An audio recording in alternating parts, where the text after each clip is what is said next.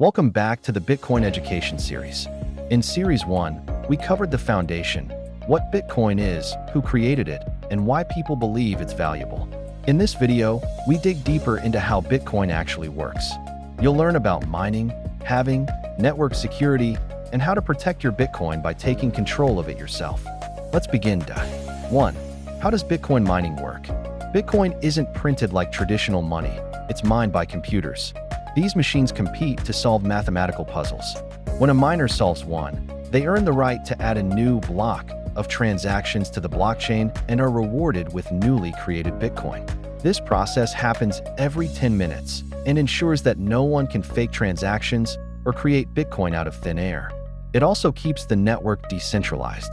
Instead of one authority confirming transactions, anyone in the world can participate and help secure the system. The more miners, the stronger the network. 2. What is Bitcoin halving? Every 4 years, the reward for mining Bitcoin is cut in half. This is called a halving. Back in 2009, miners got 50 BTC per block. In 2024, it dropped to just 3.125 BTC. The next halving will lower it again. Why does this matter?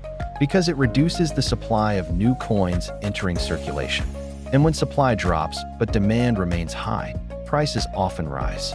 Halvings make Bitcoin more scarce over time. It's like digital gold, but with a built-in countdown. 3. How secure is Bitcoin? Bitcoin is one of the most secure computer networks ever created. It's powered by tens of thousands of computers, called nodes, all around the world. These machines work together to agree on which transactions are valid. To fake or reverse a Bitcoin transaction, a hacker would need to control more than 50% of the network. That's nearly impossible due to its size and cost. The system itself is strong, but your Bitcoin is only safe if you protect your wallet and private keys. Can Bitcoin be banned? No one can shut Bitcoin down. Governments can ban exchanges or apps, but Bitcoin itself is global and decentralized. It doesn't run on one server or depend on one country. As long as someone, somewhere, runs a node, Bitcoin continues. Even if a country blocks it, people find ways around. It's open, borderless, and permissionless by design. 5. How is Bitcoin different from other cryptos? Most cryptocurrencies are run like tech companies. They have CEOs, funding, and marketing teams. Bitcoin has no leader, no office, and no central control. It's run by the people who use it, and changes only happen through open discussion and global consensus. That's why Bitcoin is seen as the most decentralized and the hardest to manipulate. It's not just a token, it's a system built on trustless math. 6. What does HODL mean? HODL means hold on for dear life. It started as a typo, but became a symbol of long-term belief in Bitcoin. Instead of panicking during market crashes, HODLers hold their coins through the highs and lows. It's not about quick profits, it's about sticking with Bitcoin for the long haul. Many of Bitcoin's biggest success stories came from those who simply didn't sell. 7. What is self-custody? Self-custody means you own your Bitcoin directly, not through an exchange or app. You control your private keys.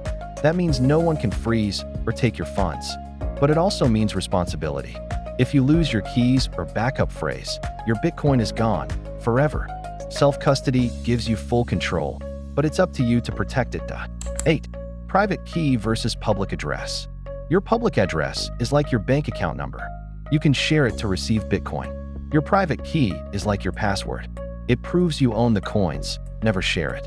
Most wallets give you a seed phrase, 12 or 24 words.